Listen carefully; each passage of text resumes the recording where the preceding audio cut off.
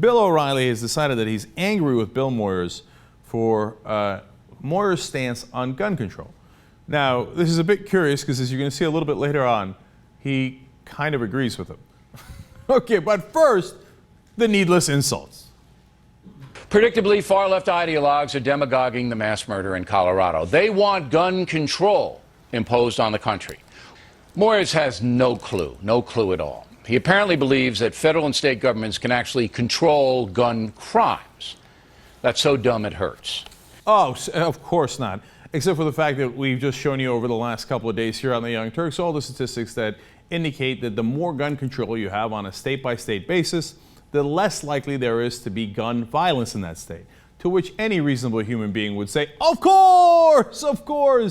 There's negative 0.45 correlation, which is very high actually, between limiting the amount of arms you can buy and gun violence, meaning that gun violence goes down if you restrict guns. Come on, this is obvious. It applies state by state. Would it apply on a federal level? Of course it would, right?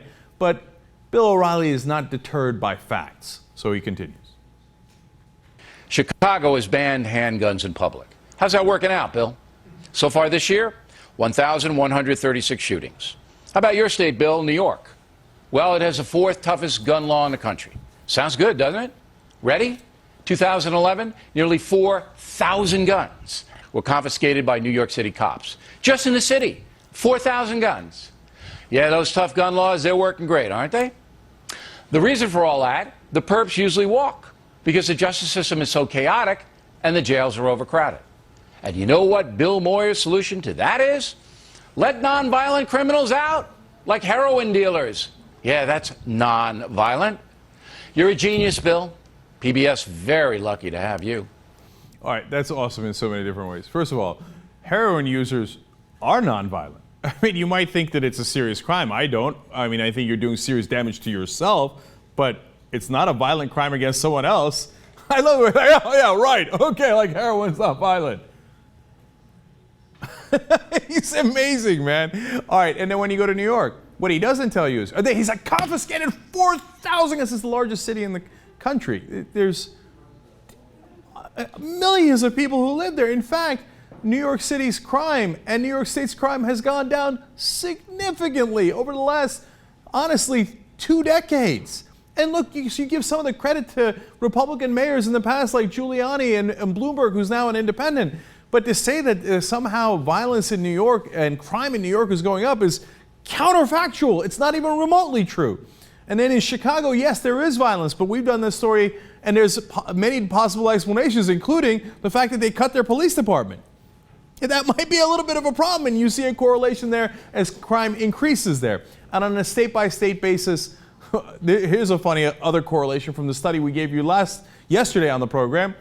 The more Republican the state is, the more likely there is to be gun violence. So how do you like your Chicago and New York examples now, Bill O'Reilly? Nonetheless, O'Reilly moves forward. All right, here's the deal. Anyone who sells a heavy weapon or ammo should be compelled to report the sale to the FBI. It's a felony if you don't. That's what we should have in the USA. And it just makes sense in this age of terrorism. Right now, some gun dealers do background checks, but nobody reports the sale of heavy weapons like AK-47s to the feds. That's insane. Terrorists could just move in here, buy bazookas, and the FBI doesn't know about it. Here's how crazy this is. If you take a flight lesson, the feds get a heads up. But you can buy a machine gun, and they don't know. So Congress should pass 2 laws. First, the heavy weapon reporting.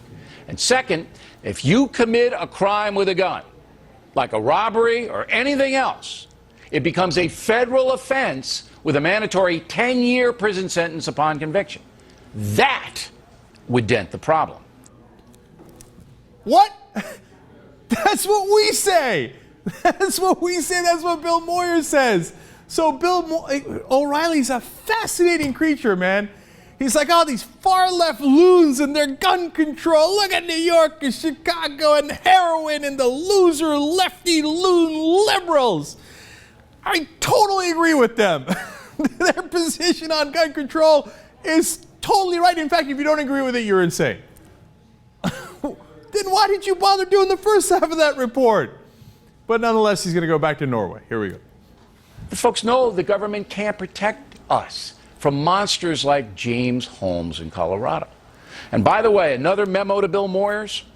This week marks the 1-year anniversary that some nut shot and killed 77 human beings in Norway. Norway. Norway. Norway. All right. We have 11,000 people who suffer gun violence per year. They have under 100. Okay. That's over 100 to 1 ratio, right?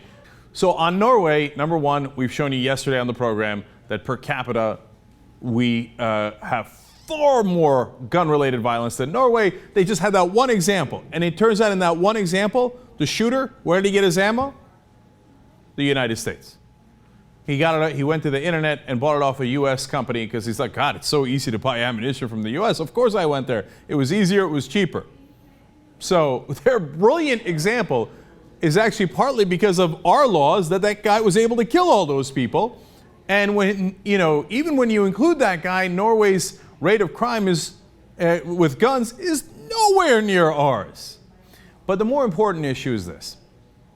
Bill O'Reilly just said the government can't control us from monsters, whether it's James Holmes or otherwise. But it's interesting because whenever I watch Fox News, all I ever see is the government has to protect us from monsters like Ahmadinejad. We have to attack Iran. Oh my God, they're coming with their nuclear weapons that they don't have. They're coming. The government has to protect us from this monster. So wait, which one is it?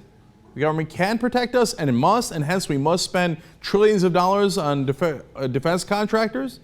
Or the government can't protect us, don't worry, the gun manufacturers have to make billions of dollars through our non-protection from the government. Which one is it, Bill? But as you can tell, Bill O'Reilly doesn't really care about the facts too much. And he can have it both ways as long as he's emphatic and just comes out and says, Moyers is alone, the government can't protect us, and we totally need gun control, and the government needs to protect us from Iran. Bill O'Reilly in a nutshell.